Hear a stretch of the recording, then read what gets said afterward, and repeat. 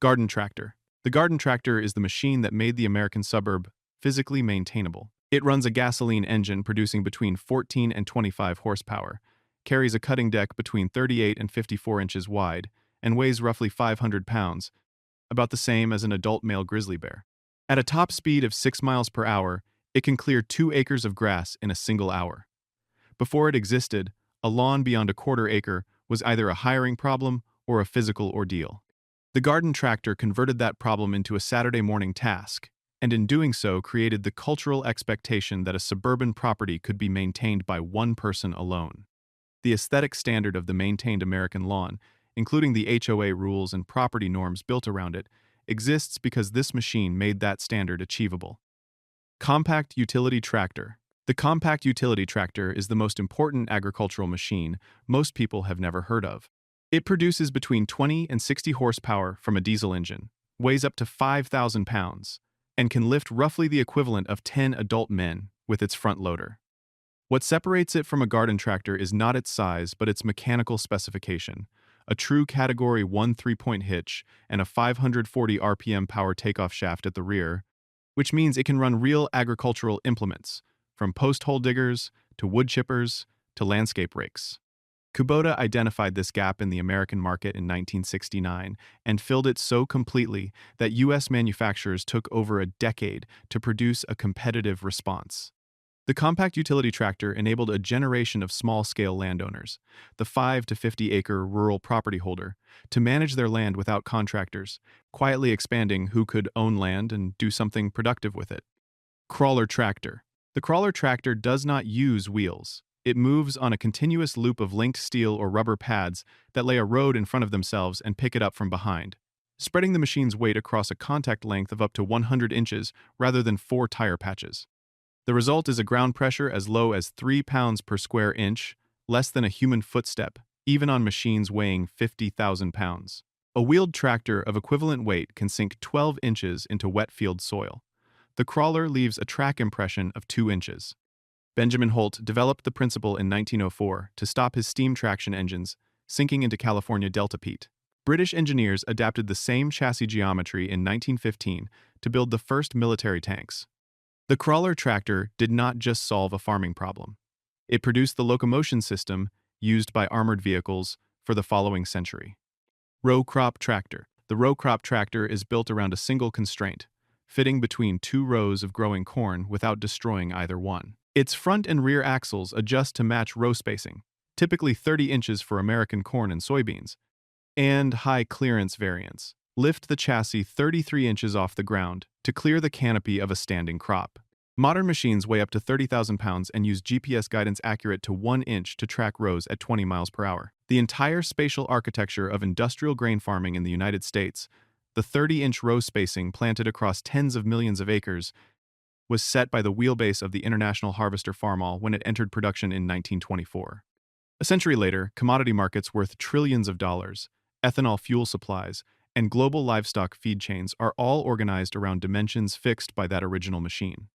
Four-wheel drive articulated tractor. The four-wheel drive articulated tractor steers by folding in the middle. The entire machine bends at a central pivot between its front and rear frames because axles cannot practically steer a chassis weighing up to 60,000 pounds.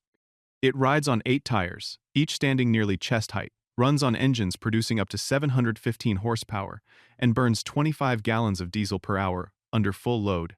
A single machine pulling a 60-foot-wide tillage tool can cover 400 acres in a day. The fuel tank holds enough diesel to fill an average car 15 times over. 2 brothers named Steiger built the prototype in a barn in North Dakota in 1957 to farm their own 4,000-acre operation because no manufacturer offered a machine with enough power and traction for large scale. Dryland grain production. The grain output of the American Great Plains, which feeds over 100 countries, depends structurally on this machine completing fieldwork inside narrow weather windows where delays of days, not weeks, determine whether a crop is made or lost. Orchard and vineyard tractor. The orchard and vineyard tractor is defined entirely by what it cannot touch. It must pass under tree branches, fit between vine rows as narrow as 5 feet, and work without damaging the crop on either side.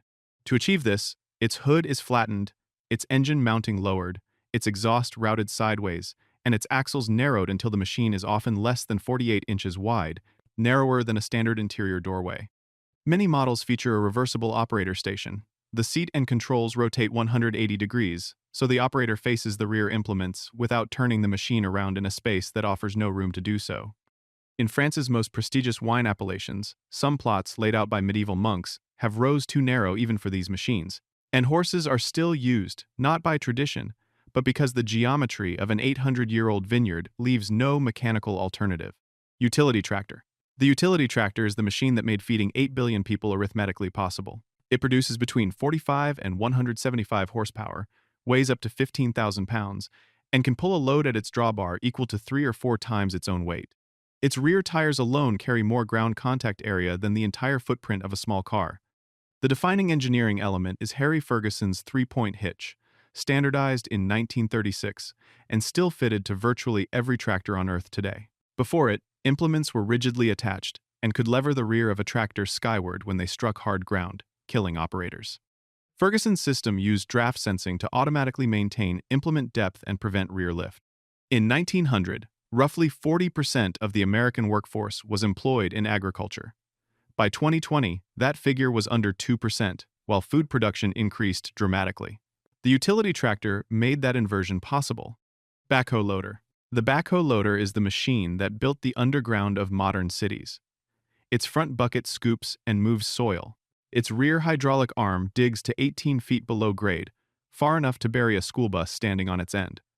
The operator swings a seat to face the rear when digging and forward when loading, making it the only common construction machine that works fully in both directions from a single cab.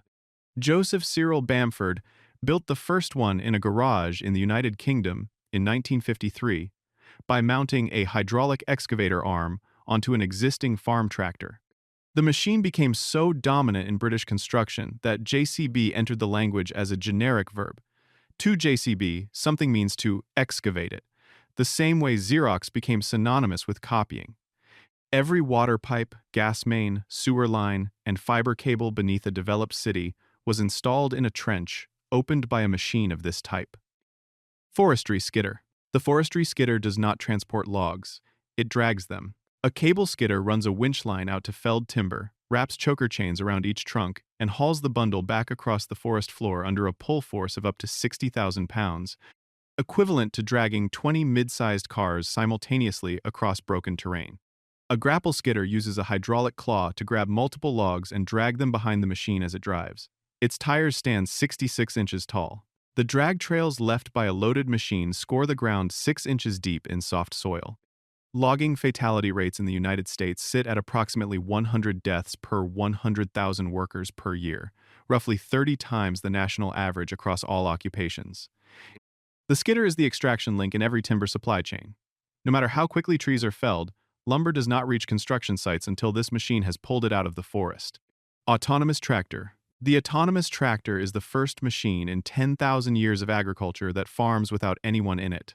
John Deere's production system, released commercially in 2022, uses 6 cameras capturing 50 images per second, a GPS receiver updated 100 times per second with sub-inch positional accuracy, and a LiDAR array detecting obstacles up to 100 feet ahead. A single remote operator monitoring a phone application can supervise multiple machines simultaneously while they plant, till, or spray through the night. The average American farmer is 58 years old, and farm labor recruitment has been in structural decline for decades. The autonomous tractor addresses that directly by removing the requirement for a human in the cab entirely. Its wider consequence is economic concentration. Autonomous systems require investment levels that favor large operations, and the farms most likely to adopt them are the farms most likely to absorb the ones that cannot.